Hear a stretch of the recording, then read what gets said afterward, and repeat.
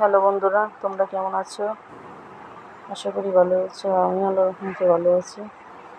আজকে রান্না করতেছি চিংড়ি মাছ দিয়ে মূলা শাক।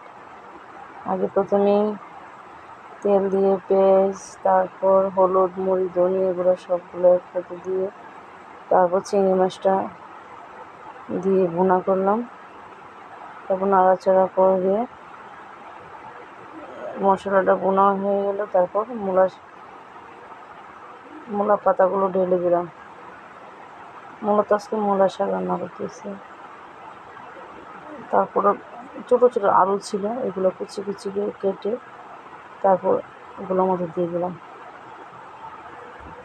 তারপর পানি দিয়ে ঝোল দিয়ে দিলাম। ঝোলটা দেখো বন্ধুরা কি সুন্দর ঝোলটা উঠতেছে। তারপর জিরার গুঁড়া দিয়ে দিলাম। আসলে মূলাটা ফাইনালি তরকারি এত মজা হয়ে গেল। ধনিয়া পাতা দিলাম।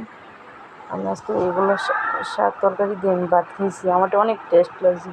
তোমরা যদি এভাবে রান্না করো সত্যি অনেক টেস্ট পাবা, খেতে মজা লাগবে।